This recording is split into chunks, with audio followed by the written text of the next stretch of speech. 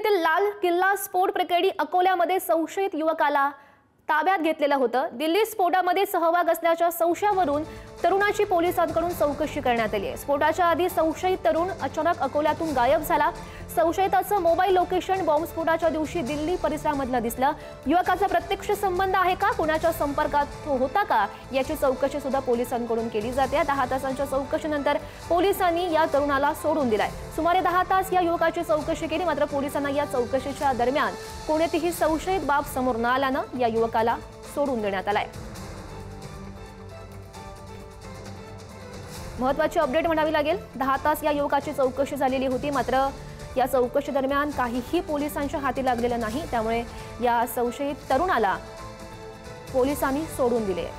आणि याविषयी अधिकची माहिती जाणून घेऊयात। आमचे प्रतिनिधी जयेश गावंडे सध्या आपल्यासोबत आहेत। जयेश, काय अधिकच्या अपडेट्स आहेत या संदर्भातल्या?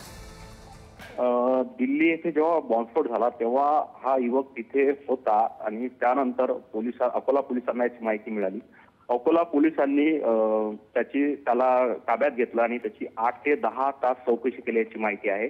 8 ते 10 तासात बऱ्याच गोष्टी पोलिसांनी त्याच्याकडून जाणून घेतल्या, मात्र दिल्ली स्फोटाशी त्याचा संबंध नसल्याचं समोर आल्यानंतर पोलिसांना त्यांना सध्या सोडून देण्यात आलं असलं तरी पोलिसांचं मात्र जे आहे पोलिसांचा तपास मात्र या दिशेनं सुरूच आहे अद्यापही, अशी माहिती जी आहे ती पोलीस अधीक्षकांच्याकडून देण्यात आलेली आहे। नक्कीच जयेश, धन्यवाद दिलेल्या या सगळ्या सविस्तर माहितीसाठी। दिल्लीतील लाल किल्ल्याजवळ चांदणी चौकामध्ये झालेल्या स्फोटाच्या ठिकाणाजवळ ढिगाऱ्यात गोळ्या सापडल्याचं समजतंय आणि या जळालेल्या कारजवळ 9 मिलीमीटरच्या 3 गोळ्या सापडल्यात। त्यापैकी 2 गोळ्या योग्य स्थितीमध्ये आहेत आणि या गोळ्या फक्त विशेष सुरक्षा युनिट्स किंवा परवानाधारकांनाच उपलब्ध असतात। सामान्य नागरिकांना त्या बाळगण्याची परवानगी नसते। मग या गोळ्या कारजवळ कशा पोहोचल्या याचा तपास आता सध्या सुरू आहे। आणि याविषयी अधिकची माहिती जाणून घेऊयात। आमचे प्रतिनिधी शिवाजी काळे सध्या आपल्यासोबत आहेत। शिवाजी, खरं तर ही महत्त्वाची अशी अपडेट म्हणावी लागेल।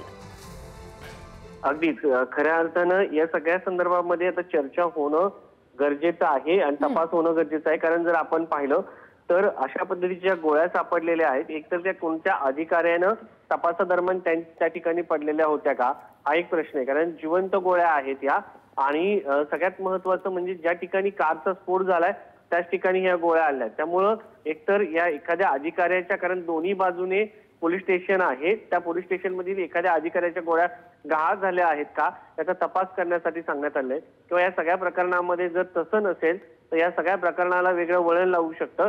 यामध्ये काही अधिकाऱ्यांचा समावेश आहे का, किंवा काही अधिकाऱ्यांच्या कारतूस चोरीला गेले आहेत का, हे देखील तपासलं जात आहे। त्यामुळं या सगळ्या प्रकरणामध्ये ज्या पद्धतीने ह्या गोळ्या वापरल्या गेल्या त्या सरकारी अधिकाऱ्यांच्या लोकांना किंवा परवानाधारक व्यक्तींनाच या पिस्टल दिल्या जातात किंवा रायफलमध्ये ह्या गोळ्या पाहायला मिळतात। त्यामुळे या सगळ्या संदर्भामध्ये आता पोलीस जे आहेत तपास करताना पाहायला मिळतात।